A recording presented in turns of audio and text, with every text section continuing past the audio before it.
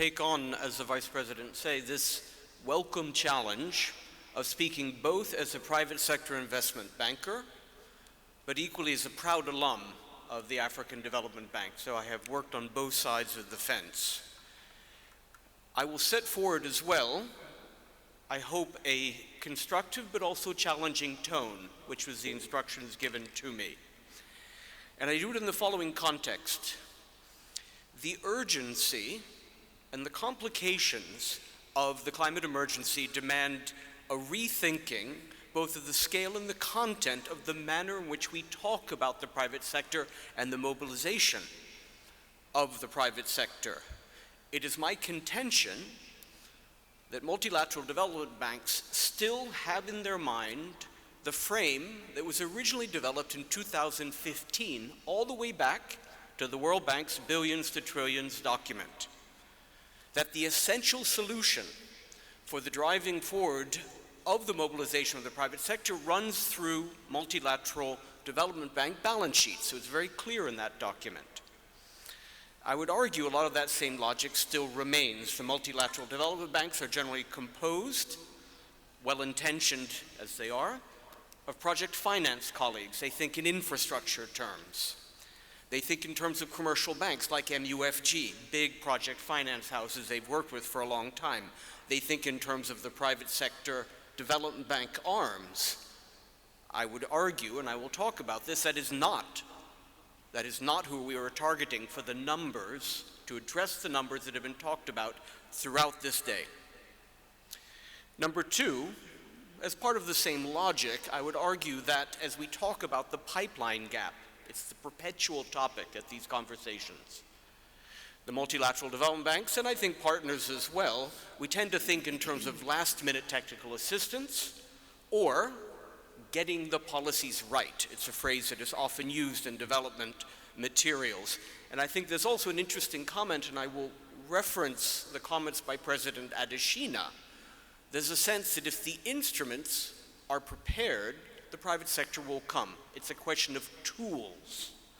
And I would say even particularly in the context of climate, and I was here at the COP27 in this building, there was a high level of consternation with the sense that the private sector is not pulling its weight, it's not stepping up to the challenge, and it should be evident that there are opportunities for the private sector. It doesn't work this way. And I would suggest, as I talk about 3 points, number one, we have to turn the perspective on its head.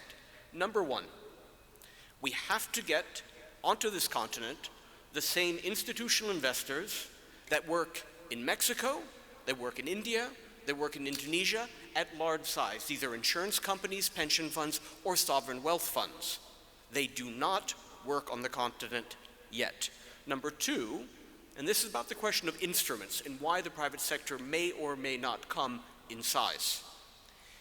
We have to understand there is no natural mandate for these large institutional investors to come onto the continent or to work in climate finance specifically on the continent. You have to understand what is the risk-reward equation that they manage, which has been given to them by their shareholders. You have to understand, particularly as we talk about PPPs, an environment of constrained public balance sheets, what is the interaction between country risk and project risk that is inherent in the very contractually heavy PPP structures? Do investors understand how a solar PV farm works in Africa if they have never done such an experiment before? Governments have to be appreciative as well that their commitments are clear, so that when we use multilateral risk mitigation products which attach to government obligations most effectively, are those obligations clear? We are sitting in the presence of Minister Al-Mashad. I will reference, moreover, a transaction which we executed a year ago, working with the government of Egypt to refinance 6 solar fields in the Benban solar field. That was 19-year financing. It was a green project bond. We had in that transaction investors that have never ever set foot in Africa, coming all the way from Korea, let alone working in Egypt, because the government was brave enough to renegotiate the PPA. These are politically very sensitive documents. Equally, their commitments were extremely clear about what happens in the event of default or complications on the project. Therefore, the multilateral guarantee products that we applied were extremely effective.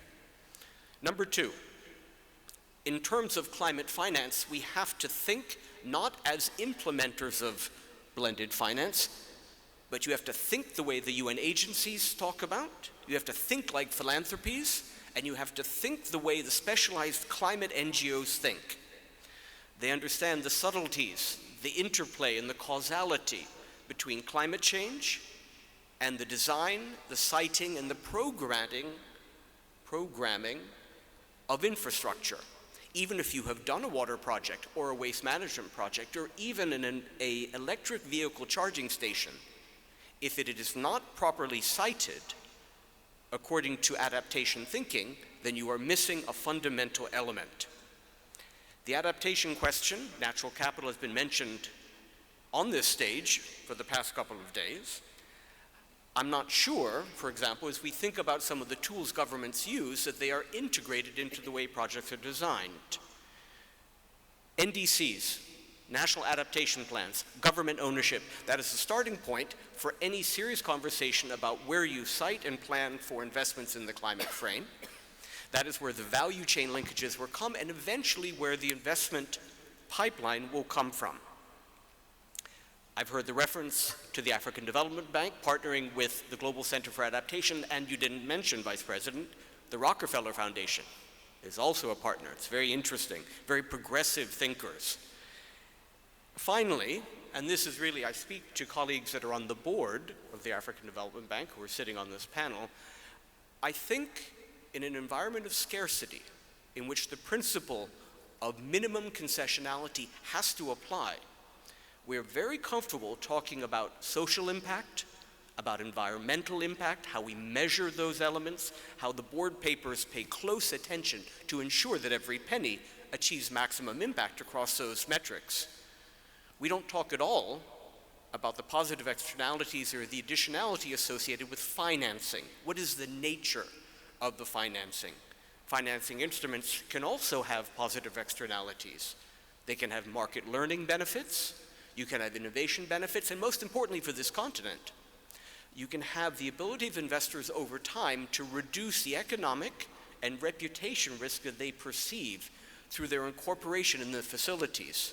So for example, and I will close here, if you have a situation which is very common on this continent, where you have financing packages composed 100% of multilaterals and DFIs in known technologies like solar PV, in either an ADF blend or an African Development Bank country, relatively high capacity jurisdiction, I would suggest to you that financial additionality is zero or negative. We cannot afford to spend money without pure innovation equally on the financial additionality side. Vice President, thank you very much.